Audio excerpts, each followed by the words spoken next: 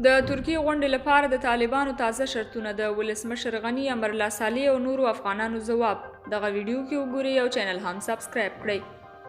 وروسته له هغې چې د ترکیې د بهرنیو چارو وزارت په رسمي توګه اعلان وکړ چې د سولې غونډه د ځینو ستونزو له امله تر نامعلومې نیټې پورې وځنډېده، د طالبانو ویان تازه مرکه کې ویلي ناسته کې د ګډون لپاره لا هم دوی سره خبرې روانې دي او که یې شرایط په پام کې ونیول شي دوی به په یاده ناسته کې پر ګډون غور وکړي.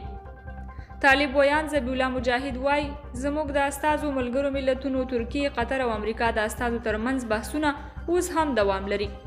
که هغوی وتوانېدل چې زموږ شرایط په پام کې ونیسي او غونډه افغاني شي، له مداخلو، فشارونو او نورو دسیسو څخه لرې وساتل شي، بیا موږ پکې د ګډون په اړه غور کولی شو.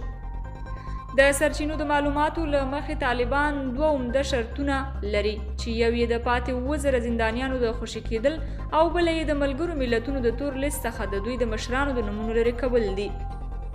په همدې حال ولسمشر غني ویلي چې د سولې لپاره یې په کافي اندازه انعطاف ښودلی.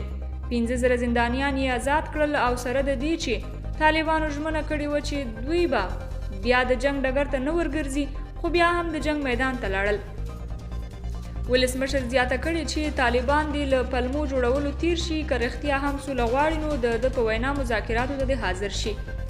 هیله دې نه وي چې څو ورځې وړاندې د ولسمشر غني لومړی مرستیال امرالله صالح هم ویلي و چې د سولې خبرو کې د دوی تر ټولو ستره تېروتنه د 15,000 طالب زندانیانو خوشي کول و.